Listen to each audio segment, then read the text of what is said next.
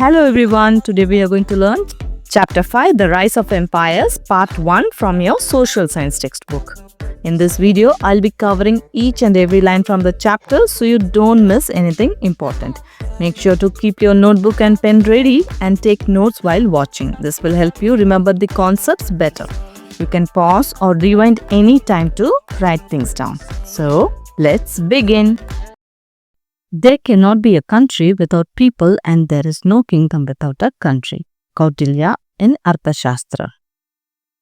Kautilya was a very wise teacher and minister in ancient India. He wrote the Arthashastra, a book about how to rule a kingdom wisely. In this quote, he is saying that people are the heart of a country. Imagine a country is like a big home where many people live. If there are no people, then it's just empty land, not really a country. A kingdom, that is a place ruled by a king or queen, cannot exist without a country, and a country cannot exist without its people. So people make country and country makes kingdom. The most important part is the people. In short, a country needs people to be a real country, and a kingdom needs a country to exist. Next, we have a picture. Figure 5.1, Rock-cut cave in Barabar Hills, Bihar. The picture shows a rock-cut cave carved into a hill in the Barabar Hills located in Bihar. These caves are some of the oldest surviving rock-cut caves in India, dating back to more than 2000 years ago. They were made during the time of Emperor Ashoka and his grandson Dasarada around the Maurya period, around 3rd century BCE. The big questions are, what is an empire? How did empires rise and shape Indian civilization? What factors facilitated the transition from kingdoms to empires? What was life like from the 6th to the 2nd century BCE? We will learn answers for these questions in this chapter. Bhavisha and Dhruv were thrilled. They had just activated their new device, Itihas, a time machine to travel to the past. Taking a clue from their history lesson, they decided to visit Pataliputra for their first journey. They knew it was about the same location as modern-day Patna. Bhavisha and Dhruv are two students and they have a time machine called Itihas, which means history in Sanskrit. For their first journey, they decide to visit Pataliputra, the capital city of ancient India. The city is at the same place as modern-day Patna, the capital of Bihar. Pataliputra was a very famous and powerful city in ancient India. It was the capital of the Mauryan Empire, ruled by kings like Chandragupta Maurya and the Ashoka the Great. Barabar Hills, which we saw earlier, are close to Pataliputra. Landing on the outskirts of the great city, a little dizzy, they saw a girl talking to a person on horseback dressed in strange clothes. As he left, she turned to them and they asked her for her name. Dizzy means feeling like you or everything around you is spinning. When you feel dizzy, you might feel lightheaded, unsteady, like you're going to fall. When Bhavisha and Dhruv arrived using their time machine, they didn't land right inside the city of Pataliputra. Instead, they landed on the outskirts, that means the outer parts of the city. They were feeling a little dizzy, maybe because time travel is not easy. As they looked around, they saw a girl talking to a man on horseback. This man was wearing strange clothes from ancient times, very different from what we wear today. After the man rode away, the girl turned to Bhavisha and Dhruv. They politely asked the girl for her name, maybe hoping she could help them understand where they were. My name is Ira, daughter of Kannadas, the ironsmith. Welcome to Pataliputra. Glad to meet you, Ira. Our names are Bhavisha and Dhruv. So the girl's name is Ira and her father's name is Kannadas. Kannadas is an ironsmith, which means he works with iron to make tools, weapons or other useful things. Ira says, welcome to Pataliputra. After Ira introduces herself, Bhavisha and Dhruv respond politely, saying, glad to meet you. Our names are Bhavisha and Dhruv. Shh, keep your voices down. Do you see those soldiers marching past? They are heading to battle against a neighboring kingdom that has been troubling us. Our king avoids war when he can, but he also protects his people when needed. My father helped forge many of the swords they carry, and my uncle is one of the soldiers in the group. I just came to see him off. I don't know when he will return. Forge means to make something out of metal, usually by heating it and then hammering or shaping it. Ira is telling Bhavisha and Dhruv to be quiet because soldiers are going to fight a battle. The kingdom has problems with a neighboring kingdom, and now the king is sending soldiers to protect the people. She says that her father is an ironsmith who made many of the swords the soldiers are carrying. Her uncle is one of the soldiers and she came to say goodbye before he leaves. She feels a little sad because she doesn't know when he will come back. The group watches as an impressive procession of soldiers crosses a sturdy drawbridge leading out of the city, some on horseback and the army chiefs on elephant back. Then the three children cross the same drawbridge to enter the city. The soldiers are crossing a sturdy drawbridge. A drawbridge is a strong bridge that can be raised or lowered to protect the city from enemies. Some soldiers are riding horses and the army chiefs, that is the leaders of the army, are riding on elephants. After watching the soldiers lead, the three children Bhavisha, Dhruv and Ira cross the same drawbridge to enter the city. What kind of bridge is this? Asked Bhavisha, and is it a river below? Bhavisha is curious and asks two questions. What kind of bridge is this? Is it a river below? She wants to understand what kind of bridge they are crossing. She also wonders if there is a river flowing under the bridge. This bridge keeps us safe, explained Ira. It's lifted whenever there is a danger of attack on the city, and no, it's not a river, it's a moat. Once the drawbridge is lifted, it makes it more difficult to approach the fortifications. Can you see those hills and forests in the distance? They provide us with timber, herbs, and many other valuable resources. Elephants for the army are also captured from the forest and trained for the army. A moat is a deep, wide ditch filled with water that surrounds a castle, fort, or city walls. It was built to protect the city or fort from enemies. The water made it hard for enemies to cross and attack. If the moat was deep and wide enough, enemies couldn't easily use ladders or horses to get inside. Sometimes moats also had fish or crocodiles to make them even more dangerous. And the drawbridge is a special type of bridge that can be lifted up or down, usually over a river or moat, to protect the city. Ra tells Bhavisha and Dhruv about the special bridge. Then she points to the hills and forests nearby and says people get timber, herbs and other useful things from there. She also says that even elephants are captured from there and trained to be used in the army. What is the opening in that hill? Asked Dhruv. Dhruv notices a hole or entrance in the side of the hill and asks, what is the opening in that hill? It's a cave. Our king is getting it carved out for a community of monks. I hope we can visit it when it's finished. So what Ira says about the opening in the hill? The opening in the hill is a cave. The king is having the cave carved out, that is cut and shaped from the solid rock. This cave is being made especially for a community of monks to live, pray and meditate. Ira hopes they can visit the cave once it's finished. In the story, the opening could be referring to the Barabar caves which we saw earlier in the chat. As they move through Pataliputra, they take in its splendor, towering wooden ramparts with watchtowers, majestic palaces and buildings, lively streets. Ira gestures towards a bustling market filled with traders from distant lands. Splendor means something that is very beautiful, grand and impressive. So when we say the splendor of Pataliputra, we mean the city looked very grand, colorful and impressive. Ramparts means strong walls built around the city or fort to protect it from enemies. Bustling means full of activity, noise and movement, a place that is busy and lively. As they walk through Pataliputra, they look around and see how beautiful and grand the city is. There are very tall wooden walls called ramparts with watchtowers on them, where guards can keep an eye on things. They see majestic, that is very grand and royal palaces and big buildings. The streets are full of life with people moving around, talking and doing things.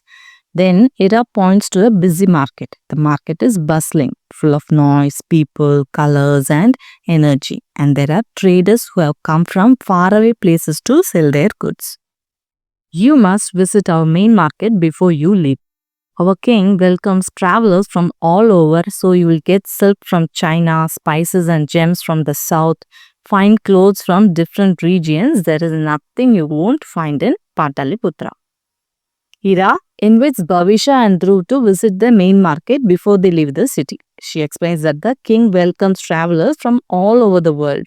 Because of this, the market has many special things from faraway places like silk from China, soft and shiny cloth, spices and gems like jewels from the south, beautiful clothes from many different parts of the country. There is nothing you won't find in Pataliputra's market.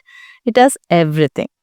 This shows that Pataliputra was an important and rich city where many traders come from faraway places and people could buy all kinds of goods. What are those people over there doing? Asked Dhruv. Dhruv sees some people doing something and asks, what are those people over there doing? Oh, these are street acrobats. They build human pyramids, sing and dance or act in short plays to entertain people. Sometimes they perform in front of the king. Street acrobats were like live entertainers in olden times. People would watch them for fun, just like we enjoy shows, movies or street performances today. Ira tells Dhruv that these are street acrobats. They are performers who do fun and exciting things in public places. They make human pyramids by climbing on each other. They sing and dance and act in short plays to entertain the people. Sometimes they even perform in front of the king.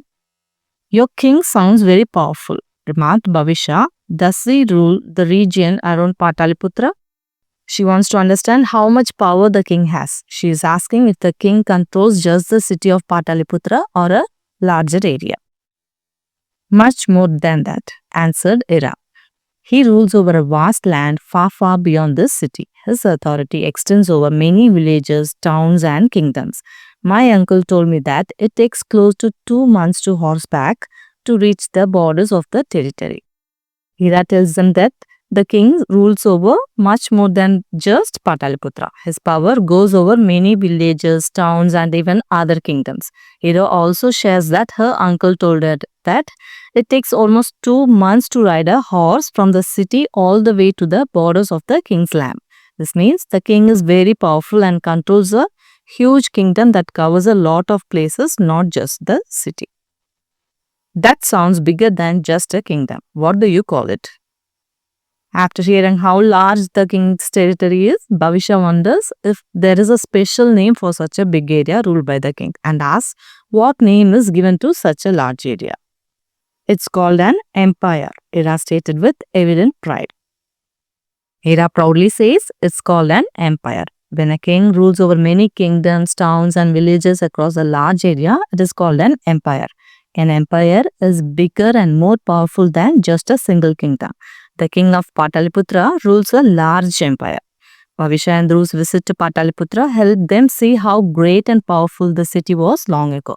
They learned about the king who ruled over a vast empire, the strong walls and drawbridge that kept the city safe, the busy markets full of traders and entertainers, and the important role of craftsmen and soldiers. What is an empire? The word empire comes from the Latin imperium, which means supreme power. Simply put, an empire is a collection of smaller kingdoms or territories over which a powerful ruler or group of rulers exert power, often after waging war against the smaller kingdoms. The smaller territories still had their own rulers, but they were all tributaries to the emperor, who ruled the whole territory from a capital, usually a major center of economic and administrative power. Tributary. A tributary in our case is a ruler or a state that has submitted to an emperor and pays tribute. that is money, gold or other precious metals, grain, livestock, elephants or other valuable goods produced in their kingdom, and is given to the emperor as a sign of submission, loyalty or respect. A synonym for tributary is vassal.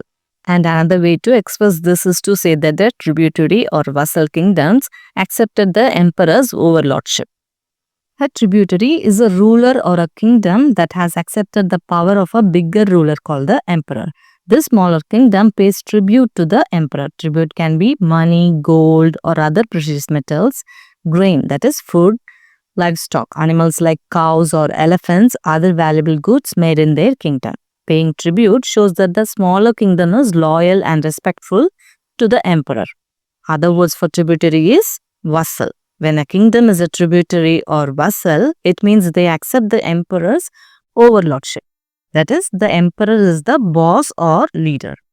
In simple words, we can say tributaries are like smaller kingdoms that agree to follow the emperor and give him valuable things regularly. So, the word empire comes from the Latin word imperium, which means supreme power, the highest level of control or authority. An empire is like a big group made up of smaller kingdoms or territories.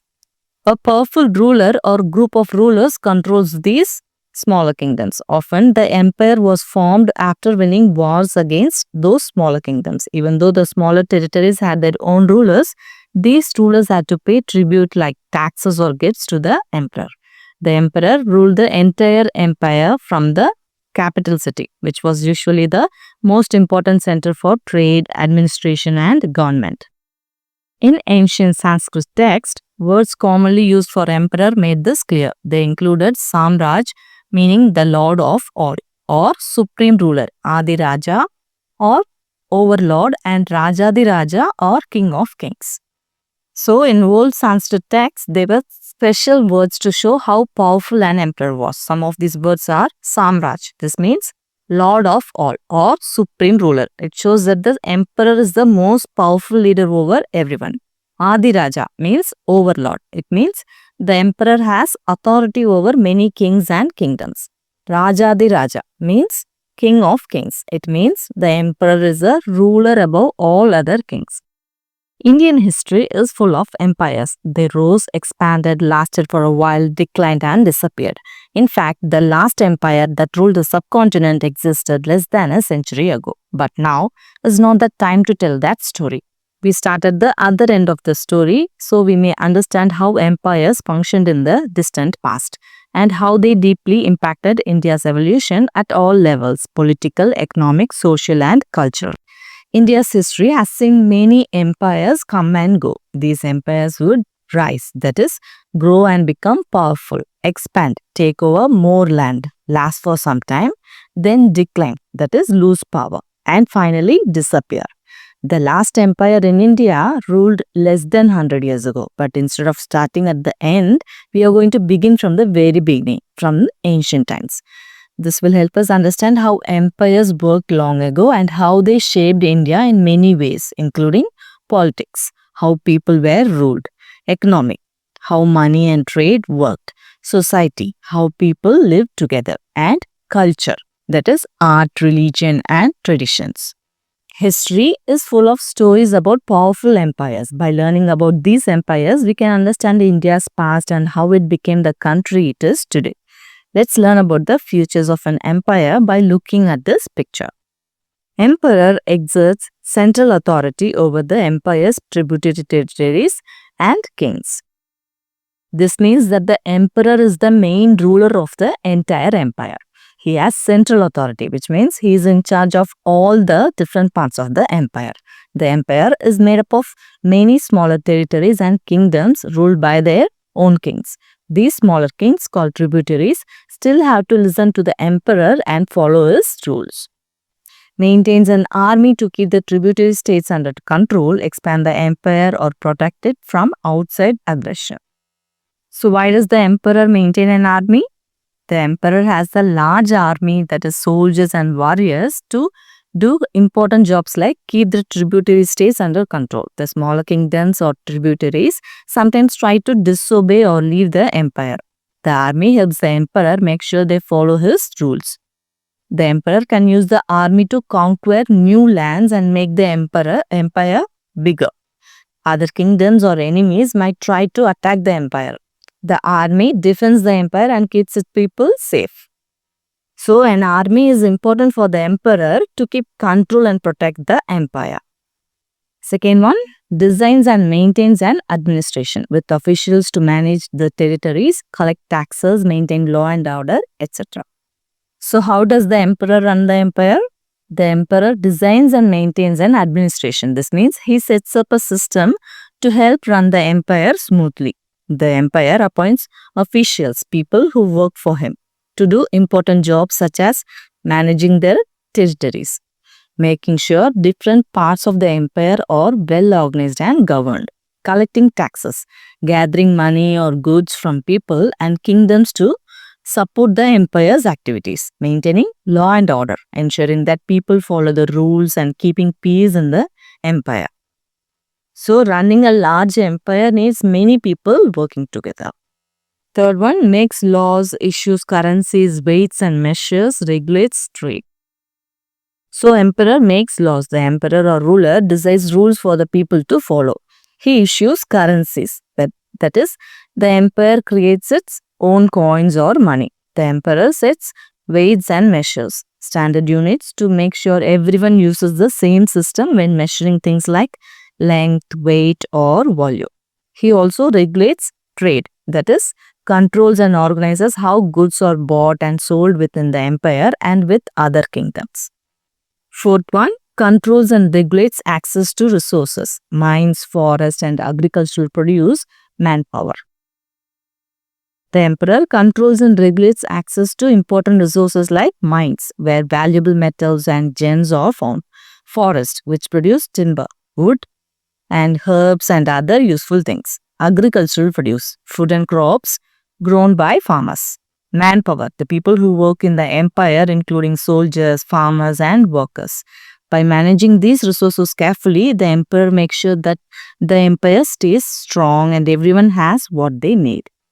And the fifth one is encourages art, literature, religion, schools of thought, centers of learning. So the emperor encourages art and literature, which means he supports painters, writers, poets, and artists to create beautiful and meaningful work. He supports religions by protecting temples and places of worship and by allowing people to follow their beliefs peacefully. The emperor promotes schools of thought, different ideas and philosophies that help people understand the world better. He also supports centers of learning like universities and libraries where people can study and gain knowledge. Emperors helped culture and learning grow in their empires. This made the empire not just powerful but also rich in knowledge and creativity. Sixth one is maintains communication networks like roads, river and sea navigation and other infrastructure for administration, trade and people's welfare. So the emperor maintains communication networks, which means he builds and takes care of things like roads for people, armies to travel quickly, river and sea routes. These networks help the government run smoothly and help trade happen easily. The emperor also looks for other important infrastructure like buildings and water supplies to make life better for the people. Let's explore. Empires extended over vast areas and had diverse people with differing languages, customs and cultures. How do you think the emperors made sure that they lived in harmony? Discuss in groups and share your thoughts with the class. So empires covered large areas and included many different kinds of people, speaking different languages, following different customs and having different cultures. How do you think the emperors made sure that all these people lived together peacefully? Discuss in groups and share your ideas with the class. I will give you a sample answer for this question. You can use it as an example to help you think and discuss in your group. Fair laws for everyone. Emperors made laws that applied to all people no matter their language or religion. Respect for local customs. Many rulers allowed people to follow their own customs, traditions and religions. Appointing local leaders. Emperors often choose local leaders or kings to help rule different regions. Building roads and trade routes. Good roads, river routes, and sea routes helped connect different parts of the empire. Religious tolerance. Some rulers followed policies of religious tolerance. They didn't force anyone to change their religion and encouraged peace. Looking at the many challenges involved in managing an empire, why should a king be so keen to expand his kingdom into an empire and become an emperor? Here are a few possible answers. See if you can think of a few more. So managing a big empire is not easy. It takes a lots of effort, planning and hard work. There are many problems or challenges. So if ruling an empire is so difficult, why would a king still want to expand his kingdom and become an emperor? Some possible reasons are given here. An ambition to rule the entire world, a metaphor for controlling large territories and ensuring that they would be remembered for posterity. Posterity, the generations to come. So posterity means the generations to come or future generations. When someone says that they want to do something for posterity, they mean they want to do it so that the future generation will benefit or remember it. An ambition to rule the entire world. This is a metaphor. It doesn't mean the emperor really wants to control the whole planet. Instead, it means the emperor wants to rule a very large area with many kingdoms under their power. The emperor also wants to be remembered for posterity, which means they want future generations, people who live after them, to remember their achievements and greatness. Many emperors dreamed of ruling large empires to show how powerful they were. A wish to bring large areas under control and gain access to their resources to build economic and military strength. So many kings and emperors wanted to rule over more land because it gave them more natural resources like water, crops, gold, forest, etc. These resources helped them make their kingdom richer, that is economic strength, and build a strong army, that is military strength. A desire for great wealth for himself and for the empire. Desire means a strong feeling of wanting something. When you desire something, you really wish or hope to have it. The king wants to have a lot of wealth, that is money, gold and precious things for himself. He also wants the empire to be rich and prosperous. In return for tribute and loyalty, emperors generally allowed regional kings or chiefs to continue to govern their areas. So, when smaller kings or chiefs promised tribute and loyalty to the emperor usually let them keep ruling their own areas. We have some pictures given here. First picture, figure 5.4.1. Trained armies were deployed to conquer neighboring kingdoms, maintain control over them and defend the empire's borders. Deployed means sending or placing soldiers or resources to a specific place where they are needed.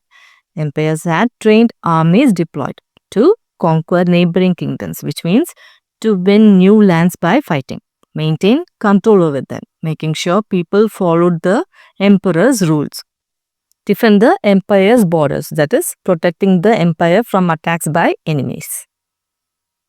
Figure 5.4.2. Fortified settlements would be built in strategic places such as empire's borders. Fortified settlements were built. These are strong, protected places with walls and guards. They are usually built in important or strategic areas, especially near the borders of the empire, because the borders are the first places enemies might attack. So having forts there helps protect the empire and keep it safe.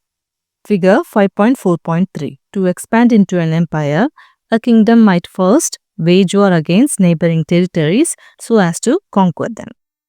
Wage war means to start and continue a war in order to achieve a goal.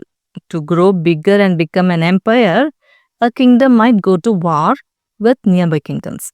By winning these wars, they would conquer the neighboring territories. Once they control many kingdoms, their own kingdom might become an empire. Wars were one way for kings to increase their power and land. Conquering territories helped them build bigger empires.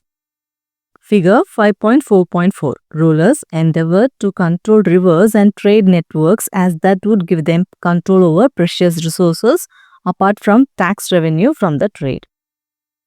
Endeavor means try very hard to do something. So rulers tried hard to control rivers and trade routes because rivers and trade routes were very important. They were used to move goods like spices, silk, and other valuable things. Controlling these routes meant rulers could control the flow of precious resources. They could also collect taxes from traders who used these routes, which made the empire richer. Figure 5.4.5. With many smaller kingdoms warring for control, the one with access to stronger military power and surplus resources would eventually become the overlord. Surplus means an amount of something that is more than what is needed or used. When many kingdoms fought wars to take control, the kingdom that had a stronger army and extra resources like food and money usually won. This kingdom would become the overlord, which means it ruled over the others. Power in ancient times often depended on military strength and resources. The overlord ruled over the other smaller kingdoms. Let's explore. Warfare apart, what other methods do you think the rulers might have used to expand their empires? Pin your ideas and share them with your class. So other than wars, how do you think rulers expanded their empires? You need to write your ideas and share them with the class. I will give you a sample answer for this question. You can use it as an example and write your own ideas to share with your class. Other ways rulers might have expanded their empires besides warfare. Marriage alliances. Rulers could marry into other royal families to create friendly relationships and unite kingdoms peacefully. Trade agreements. They could also make deals to trade goods, which help build connections and influence over other regions. Diplomacy. Sending ambassadors or messengers to negotiate peace and form alliances without fighting. Cultural influence. Sharing their language, religion, or customs to bring different people together under their rule. Building infrastructure. Constructing roads, cities, and temples to connect people and strengthen control over territories. Offering protection, promising safety to smaller kingdoms in exchange for their loyalty. Trade routes, and goods. Conducting military campaigns, especially in distant lands, is not as simple as it might seem. Maintaining an army is a costly affair. Soldiers need to be fed, clothed, equipped with weapons, and paid. Elephants and horses need to be cared for. Roads or ships have to be built, and so on. All this requires considerable economic power, control over the workforce, and access to resources. Military campaigns. It means planning and carrying out series of battles or fights with an army to achieve a goal, like conquering land or defending a kingdom. And military campaigns are not easy. Soldiers need many things like food to eat, clothes to wear, weapons to fight, and they must be paid for their work. Animals like elephants and horses also need special care. And to move armies, roads or ships must be built and maintained. Running an army costs a lot of money and resources. To do all these things, the ruler needs a strong economy, that is enough money.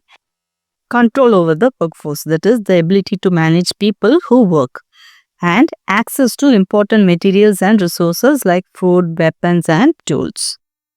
We can now understand that economic activity, especially production and trade, is one of the keys to maintaining an empire and ensuring people's welfare and quality of life, which a good ruler should be concerned with. Therefore, establishing and controlling trade routes all over the empire's territory and beyond is of great importance. That way, the goods traded will grow in quantity and variety. And more trade means more income for the producers and increased tax collections for the ruler. So now we can see that economic activities like producing goods and trading are very important for keeping an empire strong and making sure people live well. A good ruler cares about this. That's why controlling trade routes inside and outside the empire is very important. What are trade routes? Trade routes are paths or roads that people use to buy and sell goods between different places. These can be on land like roads and paths through mountains or deserts, or on water like rivers and seas. When trade grows, more goods are bought and sold, which means producers earn more money and the ruler collects more taxes to run the empire. Return to the case of ancient India, what would have been the traded goods? There is plenty of evidence on this, at least both from the literature and archaeological excavations. Textiles, spices, agricultural produce, luxury items such as gems and handicraft products, and various animals were among the main items of trade. All this trade was not limited to India. Many Indian goods traveled towards distant countries by land or sea. So, in ancient India, many different things were traded. We know this from old books and things found by archaeologists. Some of the main goods traded were clothes, that is textiles, spices, farm products, valuable items like gems, handmade crafts, and animals. Trade was very active and important in ancient India. That the goods made in India were not only sold inside the country, but were also sent to faraway places using roads and ships. More often than not, traders were not just isolated individuals carrying out their own business. They soon understood the benefits of joining forces and creating guilds, that is, shrines. Guilds were powerful associations of traders, craftsmen, moneylenders, or agriculturists. As far as evidence shows, a guild had a head who was usually elected and executive officers who were supposed to have all kinds of ethical qualities. So, most traders were not working alone. They realized it was better to work together and formed groups called guilds. It is also called shrines.